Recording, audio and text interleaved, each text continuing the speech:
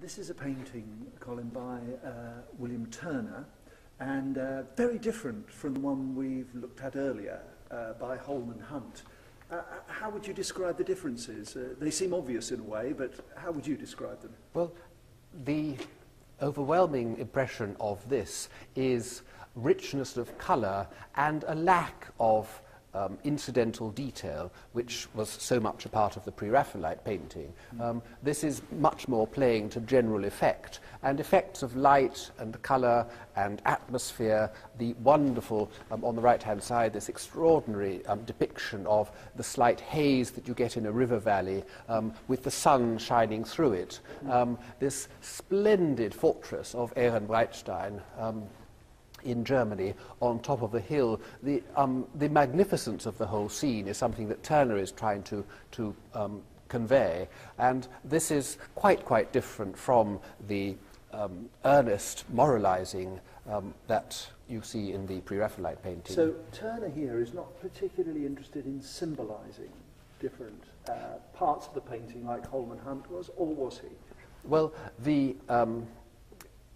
the subject itself, this portrait of Ehrenbreitstein you can see on top of these craggy cliffs, did have a symbolic meaning because it was one of the last places to be captured by Napoleon's troops. And Turner was, in many respects, both literal and metaphorically, a revolutionary. And so, although he was as pleased as everybody else with the peace in 1815, he did admire the way that Napoleon had freed much of Europe from convention. One of the things that strikes me about this Turner painting is that it's a landscape, and it's radically different from the Inchbold landscape that we looked at earlier, which seems to me all about geology and about detail and plants. This, by comparison, is very loosely painted and very, it has a quality of washes about it, one on top of the other. How could Ruskin enjoy them both, do you think? Well, I think that Ruskin came to enjoy Turner long before the Pre-Raphaelites, and Turner was a much greater artist than any of the Pre-Raphaelites, it must be admitted.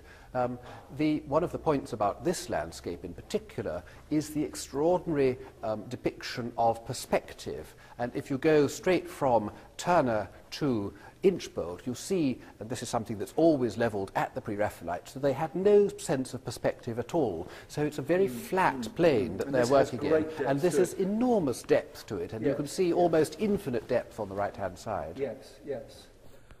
Colin, one of the things that strikes me about this painting is it's so different from the Inchbold.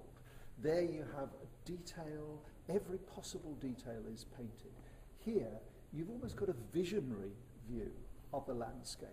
What would you say about that? Well, one of the many very extraordinary things about JMW Turner was that he had an incredible visual memory.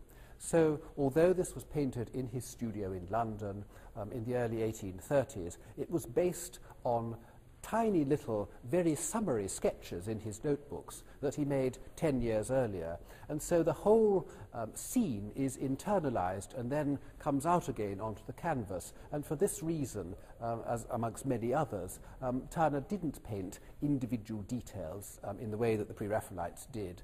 He didn't have the scene in front of him, so it is completely imaginary, and this comes out extremely well, and particularly this one, where the sense of perspective going away on the right-hand side, this kind of infinite gradation into the confluence of these two rivers in Germany. In some senses, it's quite a religious piece, isn't it? In that the city on the hill, you know, one could interpret all the New Jerusalem and the lighting and everything. It's almost otherworldly. It is. The lighting certainly gives it that impression, but also the technique of the painting. This, somehow the area on the right-hand side looks as though it's not painted in oil, which of course is a very cumbersome medium, but in watercolour, this kind of liquid application of the paint, and this shimmering light going through on the right-hand side as well. It is astonishingly varied in general effect. And Ruskin had no problem, apparently, in championing both sets of artists? Well, Ruskin argued that Turner's truth to nature was truth to the general principles of nature rather than to the specific details. And so he argued that Turner understood the geological formation of the earth, and therefore the fortress of Ehrenbreitstein, perched on the top of these cliffs, was strictly a true, in the widest sense, representation of the scene in front of him. The Pre-Raphaelites, of course, were much more literal in their depictions. I have to say that looking at this, it is a very beautiful painting. And I get a great sense of serenity and calm when I look at it. It's also a very sophisticated painting, just artistically, and the thing that always puts people off in Turner's oil paintings is the figures, and here they're no exception.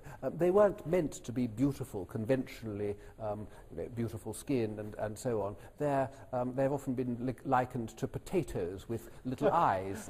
They're very puddingy, but they have their role in the whole composition.